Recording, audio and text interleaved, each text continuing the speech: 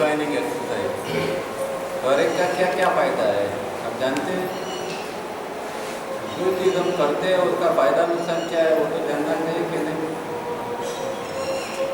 अब जो लोग डायरेक्ट इंटरनेट से सीख लेते हैं तो प्रॉब्लम ये है कि उनको कई चीज़ें पता नहीं होती है, कई बार गलत चीज़ पकड़ में आ जाती है। ये शिविर का कारण ये है कि एक तो करेक्शन होना जरूरी है। कई लोगों का देखते हैं कि इंटरनेट से सीखे तो अच्छी नहीं एक्सरसाइज हो रही, कुछ गड़बड़ होती है। दूसरा, हम जब हमारे यहाँ सेंटर में बड़ौदा में सिखाते हैं तो हर एक्सरसाइज का पहले फ़ायदा क्या है एक साथ बताते हैं हर एक्सरसाइज का, क्योंकि तो आपको एक इंटरेस्ट पड़ेगा कि भाई ये काम की चीज़ है, ये करने से ये होता है, ये करने से ये होता है। तो ये ध्यान लेना चाहिए। 6 की 6 एक्सरसाइज के अभी हम शॉर्ट में मैं बता देता हूँ। वैसे तो हर एक एक्सरसाइज के बहुत गहरे बेनिफिट है और बहुत गहरी बात हो सकती है। उसका एक वीडियो है, कह सकें तो कल हम शाम को इसका जो वीडियो है पेन ड्राइव से प्रोजेक्टर के ऊपर देखेंगे, ठीक है? और अभी मैं शॉर्ट में बता देता हूँ। तो पहली एक्सरसाइज जो है, पहले तो ओवरऑल एक्सरसाइज रिफाइनिंग का क्या फ़ायदा है, फिर हर एक एक्सरसाइज का इंडिविजुअल भी फ़ायदा है। तो दावरिया जी क्या कहते हैं कि भाई हमारा एक है फिजिकल बॉडी, एक है एस्ट्रल बॉडी। तो फिजिकल बॉडी के अंदर जो डिसीज आते हैं उसका कारण ये है कि एस्ट्रल बॉडी के अंदर की कोई प्रकार की गांठ, ग्रंथि, नोट को कहते हैं, तो ग्रंथि अंदर पड़ जाती है, निर्माण हो जाती है एस्ट्रल बॉडी के अंदर। और जिस एरिया में जिस तरह की ग्रंथि निर्माण होती है उस तरह का डिसीज फिजिकल में आता है। जैसे कि एस्ट्रल के अंदर यहाँ एक चक्र है, उसका नाम क्या है? अनाहत, ठीक है? वो भी हम कल देखेंगे चक्र क्या है। तो मतलब कि एस्ट्रल के ये एरिया जो है उसके अंदर किसी कारण इमोशनल प्रॉब्लम के कारण कोई गांठ पड़ गई है, जैसे रस्सी में गांठ पड़ जाती है ना, तो क्या होगा उसकी असर फिजिकल में यहाँ होगी। अब यहाँ कौन क्या है फिजिकल में? हार्ट है, और दूसरा लंग्स। ये पैर है, हार्ट और लंग्स पैर है, पैर की तरह काम करता है। तो वो व्यक्ति को या तो हार्ट का प्रॉब्लम होगा या तो फिर लंग्स का प्रॉब्लम होगा। तो इस तरह हमारे साइकोलॉजिकल प्रॉब्लम के कारण पहले एस्ट्रल बिगड़ता है, उसके एस्ट्रल की अगर नोट्स पड़ जाती है, गांठ पड़ जाती है, और उसके कारण जो है वो फिजिकल में दिख जाता है। अब हम जब एक्सरसाइज स्टार्ट करते हैं तो फिजिकल से करते हैं, उसका प्रभाव एस्ट्रल तक जाता है। तो एस्ट्रल में जो कारण, आज एक व्यक्ति को हार्ट का प्रॉब्लम हुआ, वो उसका कारण तो एस्ट्रल में है, वो तो डॉक्टर भी नहीं जानता है कि किस कारण इसको हार्ट अटैक हुआ, वो साइकोलॉजिकल कारण। अब हमें भी पता नहीं है या थोड़ा बहुत पता है कि गड़बड़ी ये थी, इसके लिए ये हो गया। अब हम जब ये एक्सरसाइज करते हैं तो फिजिकल और एस्ट्रल दोनों लेवल के ऊपर एक साथ में इसकी असर होती है। तो फिजिकल लेवल में जो फिजिकल प्रॉब्लम है, हार्ट का है या लंग्स का है, जो भी है, तो वो धीरे धीरे क्लीन होता जाएगा। इसका मूल जो कारण है जो एस्ट्रल में पड़ा है, जो डेब्रिस के रूप में या फिर ग्रंथि के रूप में है, वो भी धीरे धीरे वहाँ से निकल जाएगा। तो टोटल हेल्थ इसको कहते हैं ना कि भाई फिजिकल और एस्ट्रल दोनों की हेल्थ होगी। अब इस व्यक्ति को दोबारा इस प्रकार का प्रॉब्लम नहीं है। नहीं तो एक हार्ट का प्रॉब्लम है, आप उसने आज खाली ट्रीटमेंट की फिजिकल, तो 5 साल 10 साल के बाद फिर से भी आपका प्रॉब्लम तो हो सकता है, क्योंकि इसका एस्ट्रल में कारण तो अभी जिंदा पड़ा है। वो जब निकलेगा तब ये फिजिकल एस्ट्रल दोनों में से कंप्लीट हो जाएगा। तो ये जो नोट्स जो है वो हमारे अंदर इमोशनल प्रॉब्लम के कारण बढ़ जाती है और इसके कारण डिसीजेज वगैरह आते रहते हैं। तो ये एक रिफाइनिंग का बड़ा फायदा है, ग्रंथि को साफ करते हैं।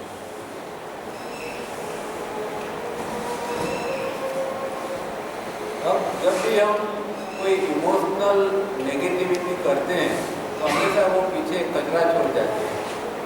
जैसे आपने किसी के ऊपर गुस्सा किया तो वो एक जो है सूक्ष्म प्रकार का कचरा अंदर इकट्ठा हो जाता है, इसको डेब्रिस कहते हैं, इमोशनल डेब्रिस। डेब्रिस माने भंगार, तो ये इमोशनल भंगार अंदर इकट्ठा हो गया है।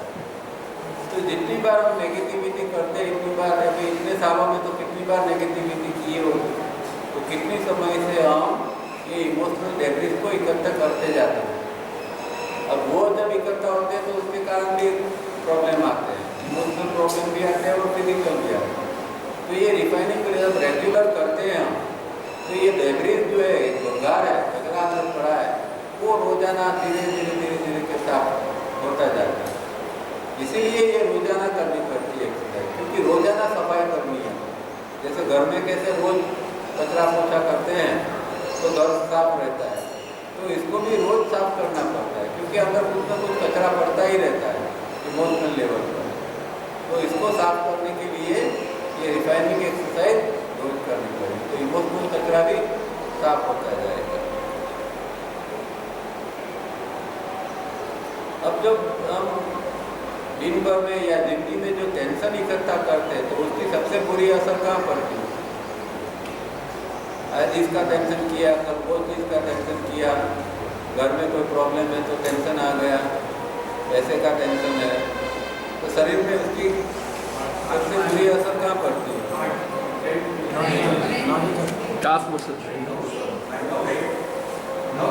नर्व्स के ऊपर सबसे बुरी असर हमारी जो नर्वस सिस्टम है, नाक नर्वस सिस्टम खराब होती जाती है। और आप देखोगे कि जो लोगों के अंदर ये सब ज़्यादा होता है तो पैरालिसिस की असर आ जाती है। पैरालिसिस मतलब नर्वस सिस्टम का प्रॉब्लम है। पैरालिसिस बड़ी उम्र में जिन लोगों को बीपी ज़्यादा रहता है, ये भी यही कारण है टेंशन का। जब हम टेंशन ज़्यादा इकट्ठा करते हैं तो बीपी हमेशा रहता है, आगे जाके पैरालिसिस वगैरह रोगों की संभावना बढ़ जाती है, क्योंकि नाक जो निर्बल हो गए, दुबले हो गए, उसको फिर से मजबूत करना पड़ेगा। तो ये एक्सरसाइज, जैसे फोर्थ एक्सरसाइज में जोर से फूंक मारते हैं तो हमारी नर्व मजबूत होती जाती है। फिफ्थ एक्सरसाइज में श्वास रोकते हैं, इससे भी हमारी नर्व जो है वो मजबूत होती है। तो ये छोटी छोटी एक्सरसाइज जो बनाई है वो बहुत सोच विचार करके बनाया है कि शरीर को, पूरे शरीर को किस तरह टोनअप किया जाए। रिफाइनिंग से पूरा बॉडी टोनअप हो जाए।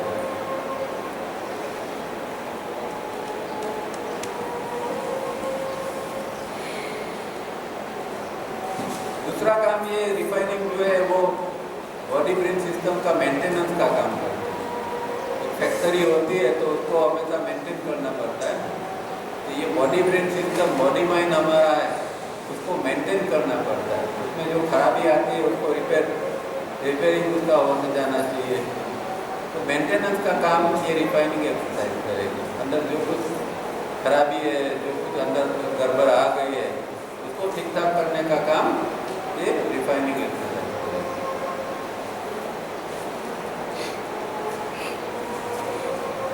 अब नॉर्मली हम जब श्वास लेते हैं तो साइंस कहता है कि हम 500 मिलीलीटर तक की हवा लेते हैं सामान्य श्वास में। थोड़ा श्वास लिया, थोड़ा, तो जब श्वास लेते हैं तो 500 मिलीलीटर अंदर हवा लंग में आती है, ये नॉर्मल। अब जब हम श्वास फुला के लेते हैं तो 2500 मिलीलीटर तक अंदर हवा आती है, ठीक है। अब जब रिफाइनिंग करते हैं तो क्या करते हैं? खींच के करते हैं, बहुत सारा हम हवा अंदर खींचते हैं, 2000-2500 मिलीलीटर तक। अब जितनी हवा ज़्यादा लोगे इतनी ज़्यादा ऑक्सीजन आएगी कि नहीं? 500 लीटर हवा लेते हैं तो उसमें कितना % ऑक्सीजन अंदर आएगा?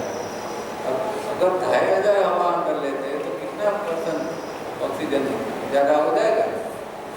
तो ऑक्सीजन हमारे अंदर, वो ऑक्सीजन हमारे लिए बहुत ज़रूरी चीज़ है। तो रिफाइनिंग करते हैं, खास करके फर्स्ट, सेकंड, थर्ड, उसके अंदर हम ज़्यादा से ज़्यादा जो है वो ऑक्सीजन इंटेक हमारा बढ़ जाता है। ऑक्सीजन नहीं होता है तो खून के अंदर, ब्लड के अंदर सब मॉर्बिड कचरा इकट्ठा होता जाता है। तो उसको साफ करने के लिए ऑक्सीजन का होना जरूरी है, और वो एक्सरसाइज से हमें। फिर जो आजकल पीएच की बात होती है, पीएच पता है? पीएच का मतलब क्या होता है?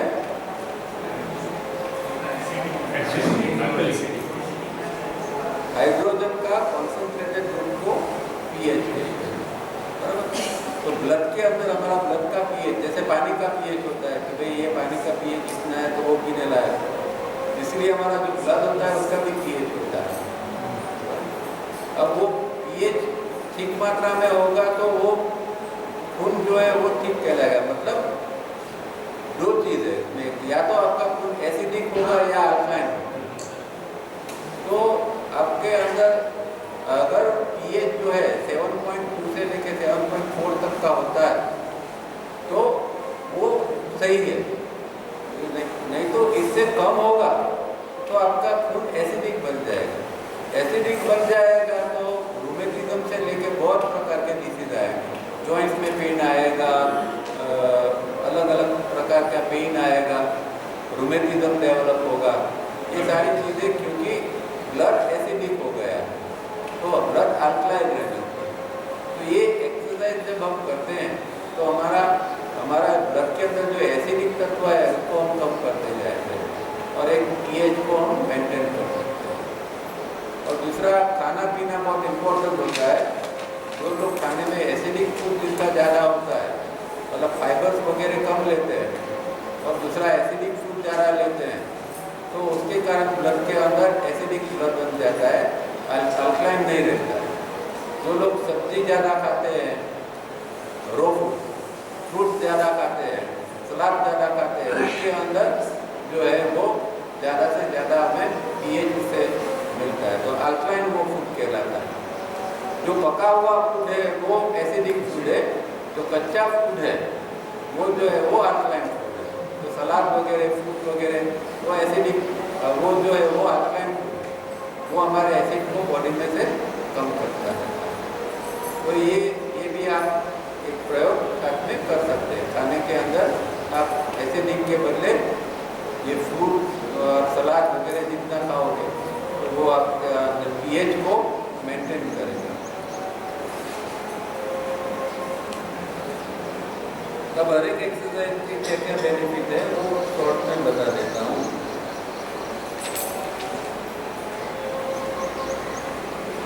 अब जैसे हमने देखा कि यहाँ हार्ट और लंग्स है, तो अगर किसी को हार्ट का प्रॉब्लम हुआ या लंग्स का, अस्थमा, टीबी, ब्रोंकाइटिस वगैरह, जो न्यूमोनिया, जो लंग्स के डिसीज है, उसके लिए ये एक्सरसाइज बहुत उपयोगी है। अगर ये प्रॉब्लम है तो इससे कम होते जाएंगे। जिसको श्वास लेने में तकलीफ होती है, सीढ़ियाँ चढ़ते हैं तो थकान लगती है, श्वास भारी हो जाती है, इन सब लोगों के लिए एक्सरसाइज बहुत जरूरी है। जिसको हार्ट के अंदर आर्टरीज में ब्लॉक है या और कोई प्रॉब्लम है, पंपिंग कम है हार्ट का, इन सब के लिए भी ये फर्स्ट एक्सरसाइज जो है वो खास उपयोगी है।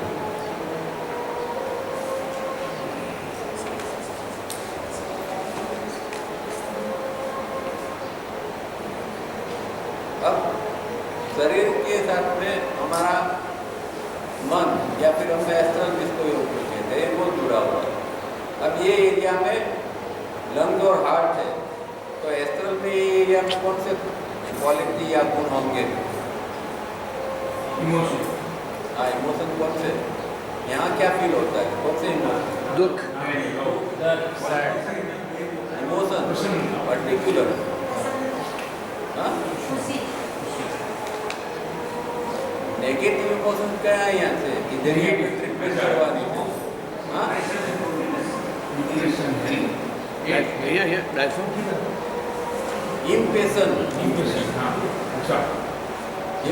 मतलब धैर्य, धीरज नहीं है। उस व्यक्ति के अंदर जिनके अंदर धीरज नहीं होती है वो सब फटाफट करना चाहता है, मैं ये भी करूँ वो भी करूँ। धीराई गुजराती में तो मारे ऊपर એટલે મારે સંસ્કૃત શબ્દ લેવો પડે। અધૈર્ય, अधैर्य मतलब इम्पेशन, धीरज नहीं होती है ऐसे व्यक्ति के अंदर। तो यहाँ उसकी कुछ ऊर्जा की कमी क्या है, तो ये एक्सरसाइज करते हैं तो धीरे धीरे उसके अंदर धीरज का भाव आ। और दूसरा एक चीज़ हम जो खास सब लोग फील करते हैं कहीं ना कहीं, एक लोनलीनेस, एकलता। लोनलीनेस हम फील करते हैं कई बार, जैसे अकेले पड़ गए और ऐसे ही फीलिंग आती है, वो यहाँ से आती है। तो जब एक्सरसाइज ठीक करोगे तो लोनलीनेस और ये इम्पेशेंस, ये दो चीज़ भी चली जाएगी। तो ये कोई फिजिकल कसरत नहीं है, इससे आपको इमोशनल और मेंटल बेनिफिट भी हर एक्सरसाइज में मिलेगा। फिर इसकी चक्र के ऊपर भी असर होती है, तो वो बात में चक्र की बात करके कर सकते हैं। आजकल कॉम्पिटिशन का युग है, हाँ, पेशेंट होना ज़्यादा से ज़्यादा चीज़ करने के लिए नेचुरल जो धीरज से काम करने से कोई अचीवमेंट नहीं होता है, ये कैसा कंसेप्ट होता है? हाँ, धीराई क्या है वो तुम समझते ही नहीं, उसमें टाइम का कंसेप्ट ही नहीं है। तुम्हारा माइंड के अंदर ये चीज़ चल रही है, उसको बाहर के समय से कुछ लेना देना ही नहीं। कोई बाइक में स्पीड में चला के उधर पहुंच जाएगा तो वो कोई उससे कोई काम बन जाता है। हम कई बार फास्ट ड्राइविंग करते हैं, क्यों करते हैं फास्ट ड्राइविंग? कोई फर्क पड़ता है क्या? ये मेंटल है ना। देखिए, एक मेंटल होता है कि जरा जल्दी पहुंच जाते, जल्दी पहुंच के क्या किया, कोई फर्क नहीं पड़ता है। तो जो इम्पेशेंस है वो तो मेंटल प्रॉब्लम है, उसके ऊपर काम करना पड़ता है। वो कोई सोसाइटी में कोई इसकी ज़रूरत नहीं है कि इम्पेशेंस है तो ज़्यादा तुम काम कर लोगे, ज़्यादा इन्वेंशन कर लोगे, कुछ नहीं है। ऑन द कॉन्ट्ररी, ये तो एक लिमिटेशन है, वो तुम्हें रोक के रखेगा। जितनी अधेराई होगी इतना प्रॉब्लम ज़्यादा है, क्योंकि अधेराई से हम गलती कर देते हैं। फटाफट जब करते हैं तो गलती की संभावना ज़्यादा बढ़ जाती है। तो धैर्य से, शांत दिमाग से करना पड़ता है।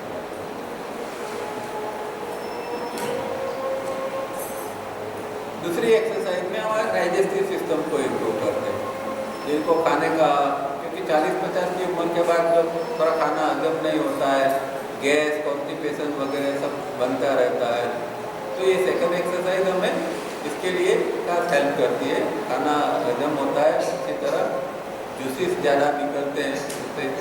तो सेकंड एक्सरसाइज। फिर खास जो है वो डायबिटीज़ के लिए, जिनके अंदर जो इंसुलिन नहीं बनता है, तो ये सेकंड एक्सरसाइज करेंगे तो यहाँ पीछे इंसुलिन बनने का होता है, जिसको हम पेनक्रियास कहते हैं। पेनक्रियास का हम उपयोग यहाँ करते हैं, इसको एक्टिवेट करते हैं, तो इंसुलिन बनता है ज़्यादा, डायबिटीज़ कम होता है। ठीक है, तो ये एरिया है। अब यहाँ तो बहुत सारे ऑर्गन हैं, पीछे किडनी है, लंग्स है, इंटेस्टाइन है, छोटी आँख, बड़ी आँख, स्टमक, ये लीवर, ये सब कुछ है, ये सबको टोन अप करना पड़ता है।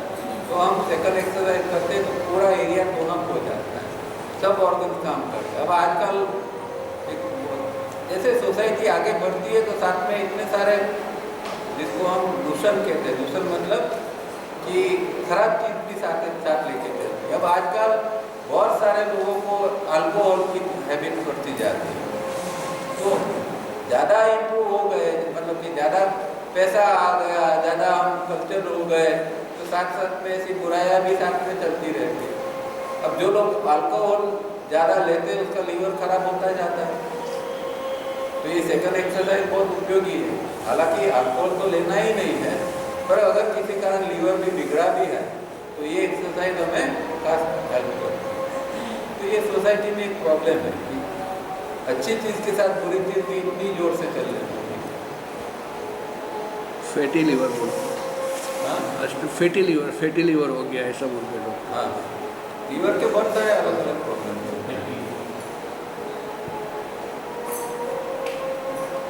जिनको मोटापा है उसके लिए भी ये जरूरी है, एक्सरसाइज ढंग से करेंगे तो मोटापा थोड़ा थोड़ा कम होता जाएगा।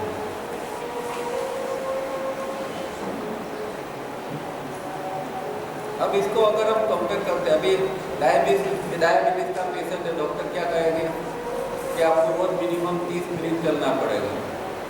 ठीक है, अब आप 30 मिनट चलोगे और जितना बेनिफिट मिलेगा उससे ज़्यादा बेनिफिट 7 मिनट की ये 7 कसरत करने पर मिलेगा, क्योंकि हमें इसमें फिजिकल और इमोशनल दोनों फायदे मिलते हैं। चलने जाओगे तो तुम्हारे इमोशन ठीक नहीं हो जाएगा, उसके अंदर इम्पेशेंस पड़ी है, लोनलीनेस पड़ी है, तो वो नहीं चली जाएगी चलने से। शरीर के अंदर कुछ अच्छा होगा, और इमोशनल लेवल पर चलने से कुछ नहीं होगा। ये रिफाइनिंग करते हैं तो हम इमोशनल लेवल पर भी बेनिफिट लेते हैं। और टाइम कितना बचता है, जो आप 30 मिनट चलने पर जो आपको बेनिफिट मिलता है, ये खाली 7 मिनट करने पर 7 मिनट में मिल जाता है। तो कितना समय हमारा रोजाना बच जाता है, और बाहर जाने की भी जरूरत नहीं है, तो घर पे हम कर सकते हैं। तो ये सब इसके बेनिफिट है। अब दूसरा है यहाँ इमोशनल प्रॉब्लम, जैसे कि डायबिटीज है, तो डायबिटीज से रिलेटेड कौन सा हमारा इमोशन है? फियर, डर। जिसके अंदर डर होगा उसको डायबिटीज होने की संभावना ज़्यादा है। हालांकि हर व्यक्ति को कोई ना कोई प्रकार का डर तो रहता है, पर कई लोगों की प्रकृति बहुत डर वाली होती है, छोटी छोटी बातों में डरते रहते हैं। इन लोगों को डायबिटीज होने की संभावना ज़्यादा बढ़ जाती है। तो ये एक्सरसाइज करेंगे तो डर भी खत्म हो जाएगा, तो डायबिटीज भी खत्म हो जाएगा। क्योंकि यहाँ जो है वो मणिपुर चक्र है, वो डर का कारण है। वहाँ जो चीज़ है वो डर को क्रिएट करती है।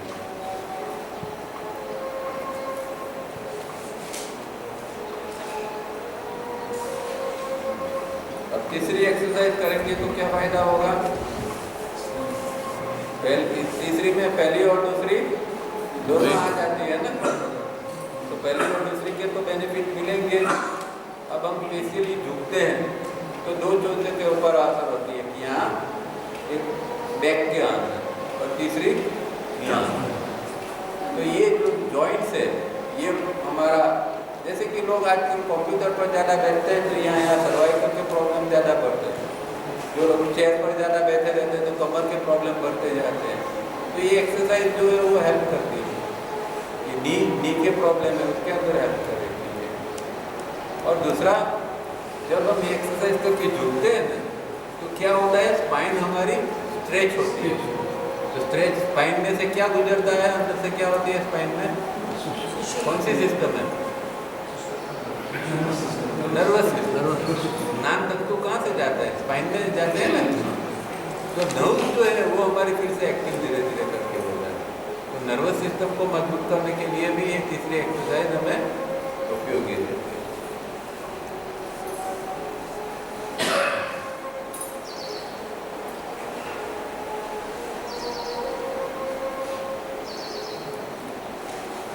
चौथी एक्सरसाइज में क्या करते हैं?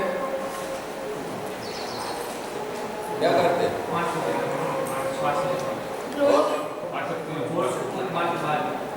तो इम्पोर्टेंट क्या है? जोर से फूंक मारना।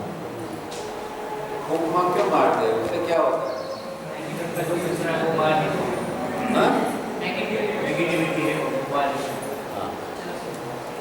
उसको नेगेटिविटी मतलब ऐसे नहीं कहते हैं, उसको कहते हैं सप्रेशन। जो हमारे अंदर जो दबा हुआ चीज़ है, सप्रेशन का मतलब क्या? कोई इच्छा है पर दबी हुई है, या उसके कारण कोई प्रॉब्लम है, या टेंशन है वो दबा हुआ पड़ा, तो जब खूब जोर से मारते तो ये सब चीज़ें रिलीज होती है। दूसरा,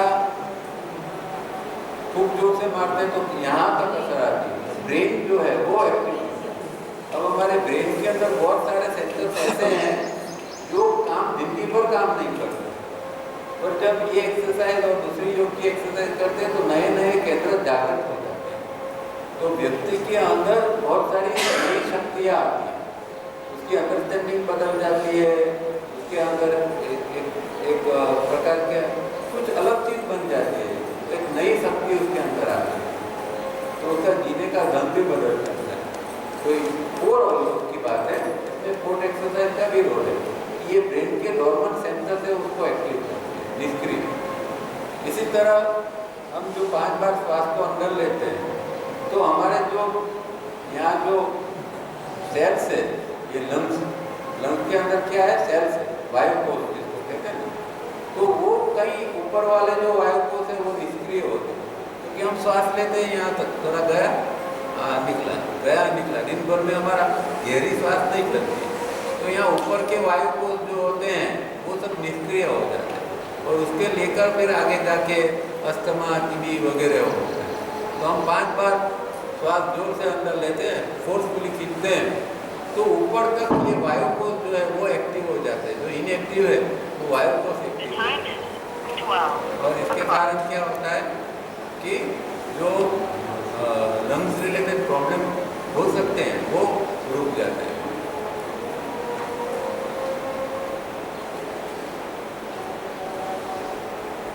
और हार्ट के लिए ये एक्सरसाइज बहुत उपयोगी है, फोर्थ एक्सरसाइज, जिसके अंदर ब्लॉकेजेस आ गए हैं हार्ट के आर्टरीज में, वो ये एक्सरसाइज करने पर ब्लॉकेजेस को खोलने के लिए बहुत मदद करती है।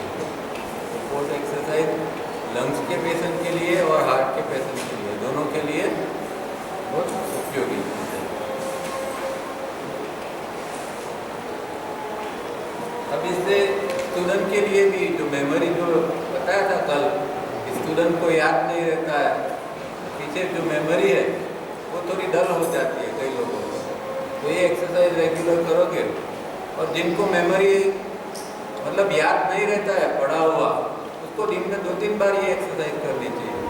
सुबह करो, दोपहर करो, शाम करो, जब भी खाली पेट है तो दिन में 2-3 बार 1-1 मिनट जोर से फूंक मारो। तो जो याद शक्ति अगर कम हो गई है या डल है तो धीरे धीरे करके याद शक्ति इम्प्रूव होती जाए। परीक्षा के दिन में भी खास करो 1-2 बार, तो थोड़ा याद रहेगा। मेमोरी को इम्प्रूव करने के लिए भी ये एक्सरसाइज काफ़ी उपयोगी है।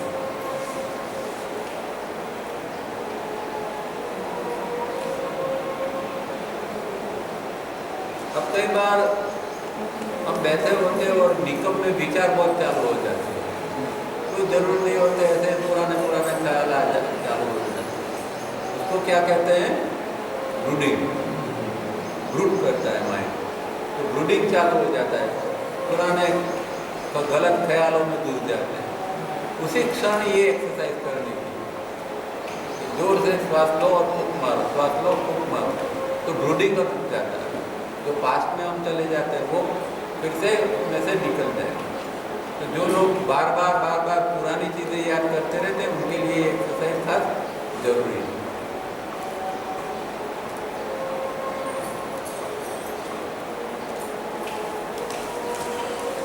फिर फिफ्थ एक्सरसाइज में क्या करते हैं? पहले श्वास लेते हैं। अब नॉर्मल श्वास हमारा कितना 2 सेकंड का चलता है। अब इस एक्सरसाइज में हम कितनी सेकंड तक श्वास लेते हैं? 5 सेकंड।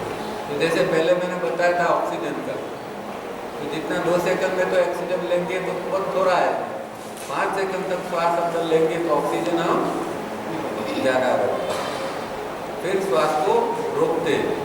अब जब रोकते हैं तो ऑक्सीडेशन होता है। ऑक्सीडेशन मतलब कि खून के अंदर जो कार्बन डाइऑक्साइड है वो लंग में चला जाएगा, और लंग में जो ऑक्सीजन है, हवा में जो ऑक्सीजन है वो ब्लड में चले जाएगा। तो ये ऑक्सीडेशन की प्रोसेस जो है वो जब श्वास रोकते हैं तो बहुत अच्छी तरह होती है, मतलब एक्सचेंज, इसको एक्सचेंज कहते हैं। ऑक्सीजन ये यहाँ से यहाँ गया, खून में गया, और खून में जो कार्बन डाइऑक्साइड था वो फिर से लंग्स में गया, और लंग्स में से फिर बाहर निकल जाएगा। तो ये प्रोसेस श्वास रोकने से अच्छी तरह होती है। दूसरा, श्वास रोकने से एक जिसको क्या मॉरल बूस्ट कहते हैं ना, मतलब कि आपको जब ताकत की ज़रूरत है, आपका कॉन्फिडेंस डाउन हो जाता है, ये कम हो जाता है, तो एक मॉरल बूस्ट की ज़रूरत है। तो ये श्वास रोकने से एक पता नहीं, इसके अंदर एक ऐसी स्ट्रेंथ है कि आपके अंदर फिर से कुछ कॉन्फिडेंस आ जाता है, स्ट्रेंथ आ जाती है। तो श्वास रोकने का महत्व बहुत है। और फिर से श्वास रोकने से इसका अच्छे से अच्छा प्रभाव नर्वस सिस्टम के ऊपर पड़ता है। हमारी व्यक्ति जो है वो इसके ज्ञान तत्व कितना मजबूत है उसके ऊपर उसकी उम्र का आधार है। एक व्यक्ति 70 ईयर्स का है और उसकी नर्वस सिस्टम पावरफुल है तो वो जवान आदमी है, और एक 25-30 साल का लड़का है उसकी नर्वस सिस्टम ही अभी से टूटने लगी है, तो समझो वो बुढ़ा आदमी। तो ज्ञान तत्व जितने हमारे मजबूत है इतनी हमारी जवानी है, ठीक है। और ये ज्ञान तत्व को मजबूत रखने के लिए एक्सरसाइज सारी बहुत उपयोगी है। और दूसरा एक फायदा होता है कि जब श्वास रोकते हैं तो कार्बन डाइऑक्साइड जब बढ़ता है तो साइंस ऐसा कहता है कि कार्बन डाइऑक्साइड के अंदर वायरस जी नहीं सकता है। तो आजकल तो वायरस की तो बहुत चारों ओर बात चलती रहती है। तो ये श्वास रोकने की प्रैक्टिस हमें वायरस से मुक्ति होने के लिए बहुत उपयोगी है। जितनी श्वास रोकने की एक्सरसाइज प्राणायाम वगैरह करोगे तो वायरस जल्दी आपको असर नहीं करेगा। अगर बॉडी में वायरस आ भी गया तो वो इतना एक्टिव नहीं हो जाएगा। तो ये श्वास रोकने का खास फायदा है।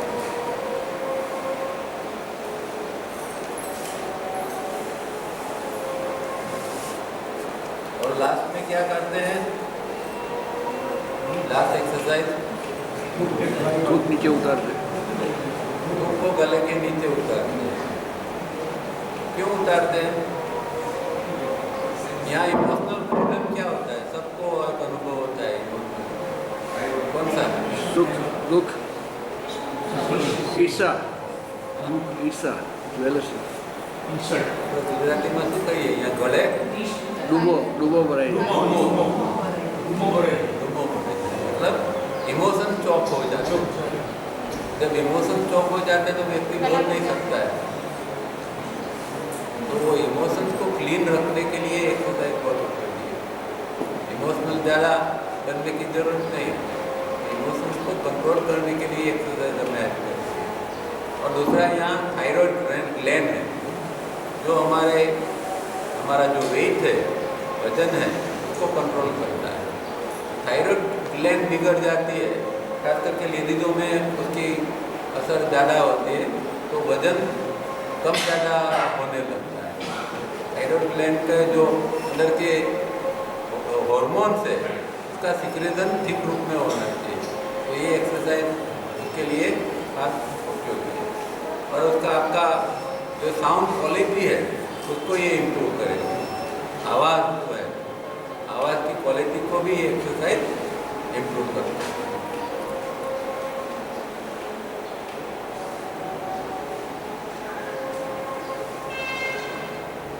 फिर साइनस वगैरह कफ जिनको ज़्यादा रहता है उनके लिए भी ये एक्सरसाइज उपयोगी है।